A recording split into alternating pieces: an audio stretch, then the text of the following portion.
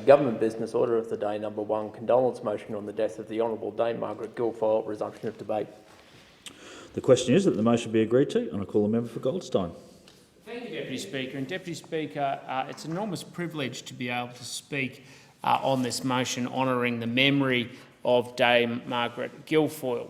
Like many members in this chamber, I knew Dame Margaret not well in my many years as a, shall we say, is it possible, even more precocious, youngish Liberal. I engage with her regularly around the Kew area where I was then working as an electoral officer a very, very long time ago, and she periodically came to events, and as people would often remark, she was a member of the Camberwell South branch, which she joined with her husband Stan Guilfoyle.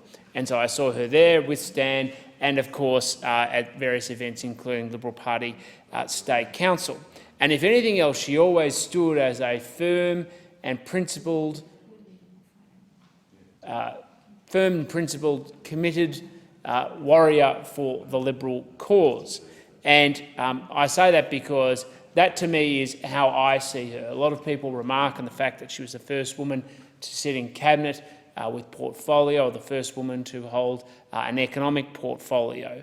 And these are matters that are true, but it doesn't change the fact that I have always seen her as a stoic, values-driven politician who lived the meaning of the Menzian ideal of liberalism around a forward-looking modern liberalism reflective of the times and driving and defining the progress of our great country. And I was remarking or reading shortly after her death a copy of her biography written by my good friend and former Upper House member in the Victorian Parliament, Margaret Fitzherbert, who wrote, quote, about Margaret Guilfoyle: "She would have been an unusual candidate for any political party when she stood for election to the Senate in 1970.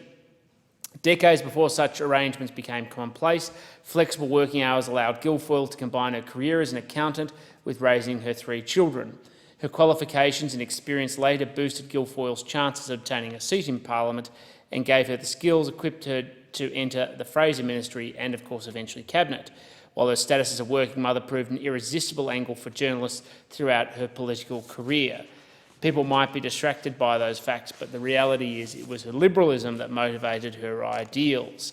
And in fact, I understand shortly after her death, a journalist contacted Stan and asked her, what, in a couple of words, could you define Dame Margaret's political ideals? And it was a commitment to free enterprise. And of course, many of us in this chamber are motivated by high ideals as the basis of political service. But what she always had was a connection back to the practical reality of politics and the implementation of ideas. And I was reviewing her first speech in lead up to today, where it's quite clear how much she was anchored in the practical realities of realising the ambitions of this country. Quote, "There is considerable," her first speech included reference to the considerable uncertainty about the farm product in the forthcoming year. And, of course, a very studious assessment of the Commonwealth budget, including that, quote, "The total Commonwealth receipts are estimated to be in the order of $8.882 million, an increase of 9.9%, and then going into various different sums assessing the accounts of the nation." And so, of course, you can very clearly see the accountant in her. But it was that anchoring in those liberal ideals that continued to pursue in her life, including particularly her commitment to environmental stewardship. And quote in her first speech, "When speaking of environmental measures, we must speak of individuals and responsibility. If we're talking about environmental measures, we must accept that just as the first syllable of management is man, so it is man's individual responsibility to ensure that a personal unselfishness and perhaps selflessness is brought to bear in the interest of the preservation of our natural resources." She understood that liberalism was about our commitment not just for economic and social progress, though that is critical, but also environmental stewardship as well. And you can see this particular commitment to environmental stewardship throughout her entire political career. But I don't think we want to underplay her commitment to social progress as well.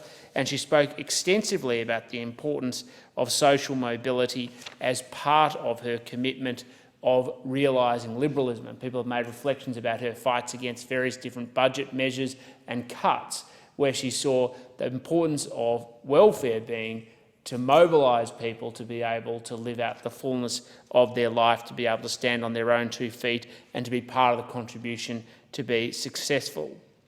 In her valedictory speech, she reflected on the fact that her career was often defined by her gender. But it isn't just, of course, based on the world that you inherit, it is also based on the world that you leave behind. And in her valedictory speech, she acknowledged that she was conscious of the fact that when she came here, she was one of the 2 women in the Parliament, but now there are many women in this place and the other House. To me, that is significance that it will be more acceptable in the future to understand the ultimate responsibility is able to be handled by women.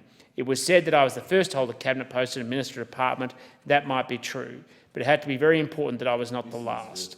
I have watched with great interest the way in which Senator Ryan, and that talking about the former late Senator Susan Ryan, who I served with at the Human Rights Commission, has handled her difficult and interesting portfolio, and I will be even more interested in watching the women who follow in the future to see that their contribution is recognised and is not in any way segregated from the overall contribution that must be made by people handling extensive portfolio work. And so it wasn't just about the contribution she made while she was in this place, but the opportunities, whether it was through promotion of environmental stewardship, social mobility or economic prosperity, is the foundation for her liberalism, and what she left behind for future generations, that will be her lasting legacy. May she rest in peace.